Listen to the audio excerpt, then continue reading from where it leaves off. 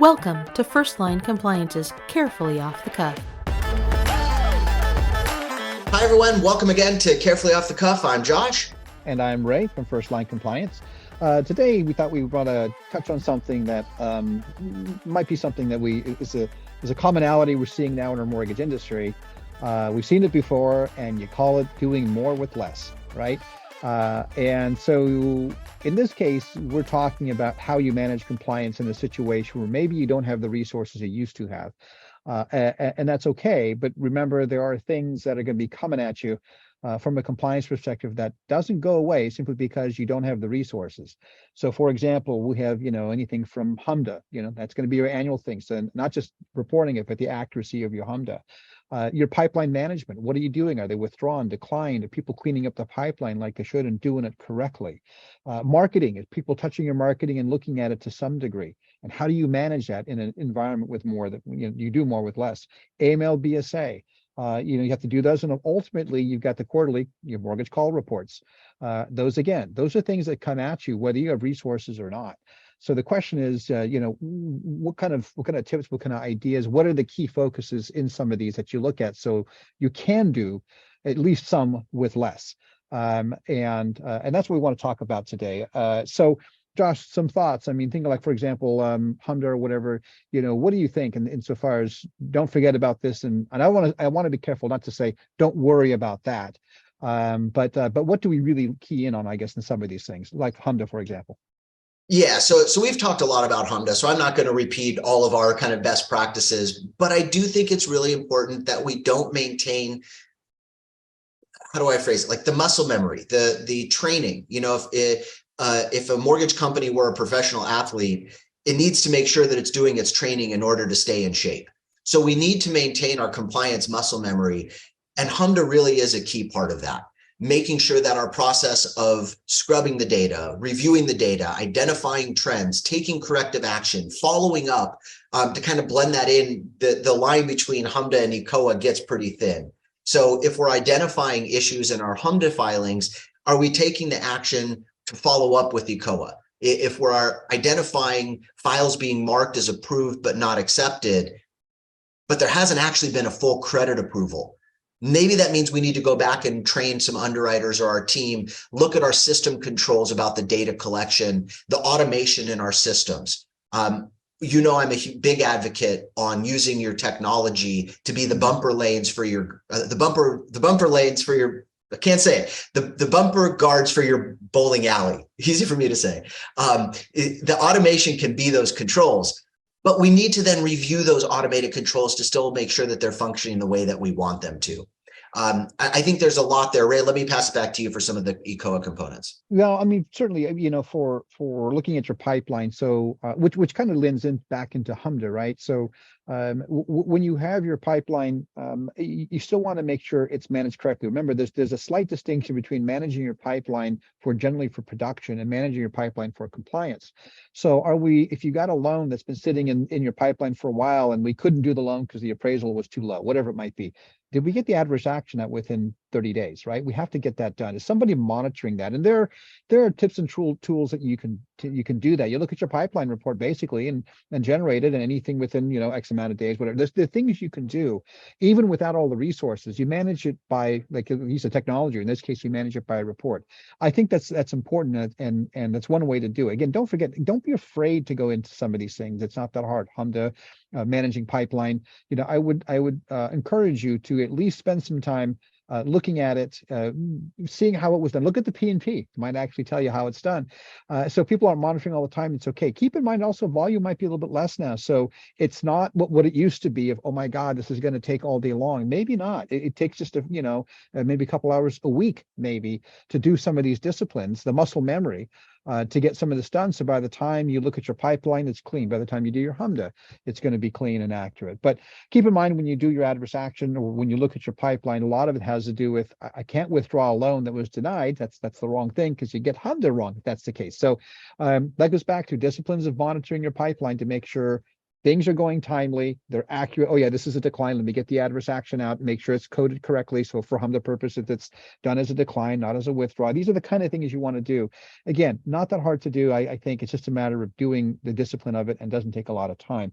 The other one. Let me jump in real quick because I'm a big advocate that, particularly in a lender and in this environment, the role of compliance really needs to be looked at as an ally, not an adversary.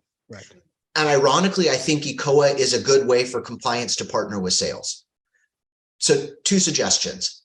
If you're looking at the pipeline of loans that have not yet become an application, so you haven't met your TRID 6 definition of application, you have not met your definition of application as a complete application under ECOA or HMDA, how long do you let that file sit around before you identify that the lead may be dead or the prospect is not going to move forward? Especially if you've run credit or you've received income documents. My recommendation is set a timeline at 90 or no more than 120 days. After that point, the documentation you have in the file is stale anyway. You're going to need it again. So should you really keep that file around or should you start it over? Also, I've talked with a lot of salespeople who are intimidated about sending a notice of incomplete application. I actually think that's a really good motivation to consumers to move. The borrowers that are serious are going to give you what they need. The borrowers who are going to ghost you or turn around are not going to respond. Correct. Lenders and originators only make money on loans that close. So it's actually a really good sales tool to not have an overly inflated pipeline of loans that are never going to move forward. This compliance control of moving files or managing the timeline of pipeline management actually helps salespeople keep on track and stay focused on loans that have a potential of closing, not that are just going to sit around or you're going to get drawn out. Yeah, and so keep in mind, I mean, we want to get a loan out of a pipeline, and there's only a handful of ways to do it. One, assuming it's an application, going to your point, you gave the example of we don't have an application, so it's simpler. But if you got the big 6, for the most part, you're done. You have an application. So now the question is how you get it out. And it's only going to be a few ways. It's either funded, or if it's not funded, it's going to be denied or pretty much withdrawn. Okay. A withdraw means that the borrower says, I withdrew, and the file reflects that. If it doesn't, because he abandoned you, that doesn't work. Now, there is a trick on that one, going to what Josh said. That's where we get the notice of incompleteness out at a given point in time. And we can talk, I don't want to talk about too many timelines here, but you get it out quickly when you know a loan's not going anywhere, saying notice of incompleteness. And if they don't respond, you can cancel the loan for incompleteness. So you do have that. It's not really withdrawal, it's not a denial, it's another way to get it out of your pipeline. But ultimately, if it's sitting there, you're gonna, and there's a denial reason, borrower didn't qualify, income, the appraisal didn't come out, we have to get the adverse action out within 30 days of when we knew we couldn't do the loan. So those are the kind of things you want to manage for. Go right ahead. One just other quick nuance there, because I just want to re-emphasize the point you made. A file can only be marked as withdrawn when the borrower tells you they don't want to move forward. A lender cannot choose for the borrower that they're going to withdraw. In a lot of the ECOA reviews I've done, I've seen files been marked as withdrawn with no documentation, support, or substantiation that the borrower did not want to proceed. I'm choosing the words carefully. They don't specifically have to say, I withdraw. That's not borrower speak. That's compliance geek speak.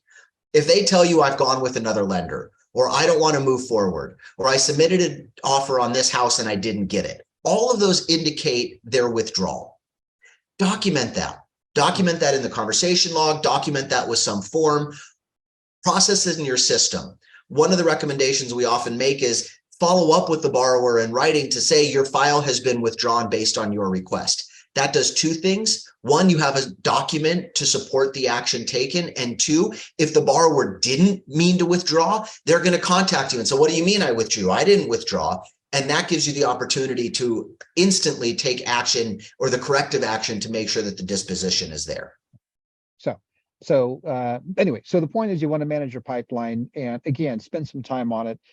document that correctly. Same thing with Honda. Other things to think about, are you looking at your marketing? We still do marketing, especially if you're in a retail environment, you have marketing. How do you get that reviewed by compliance if there isn't necessarily enough resource time to get it looked at?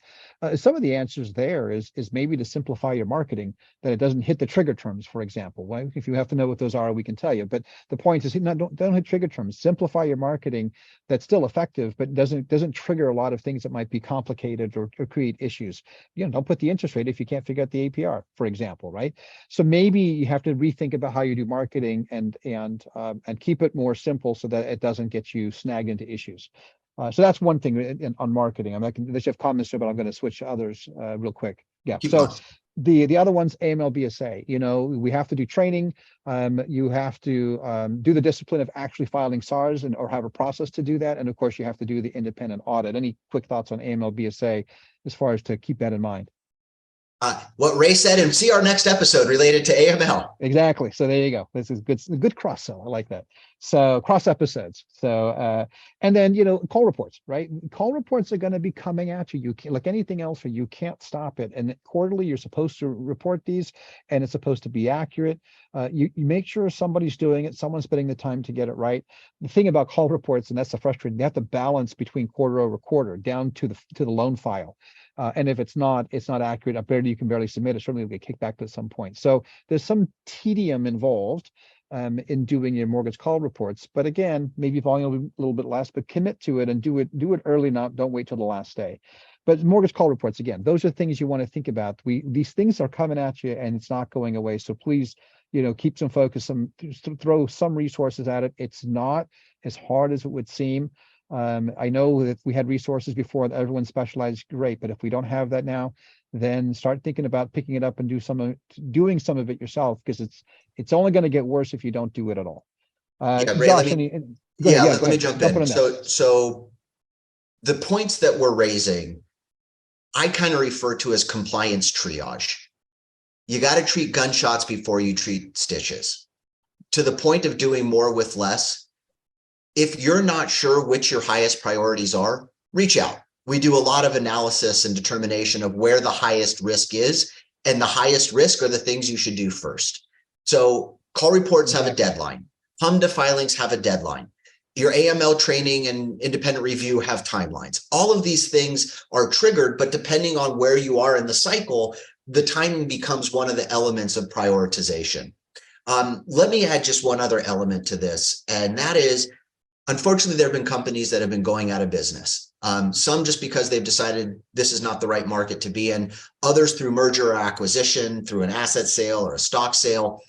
Keep in mind, even though a lender may close the doors, these obligations or responsibilities persist.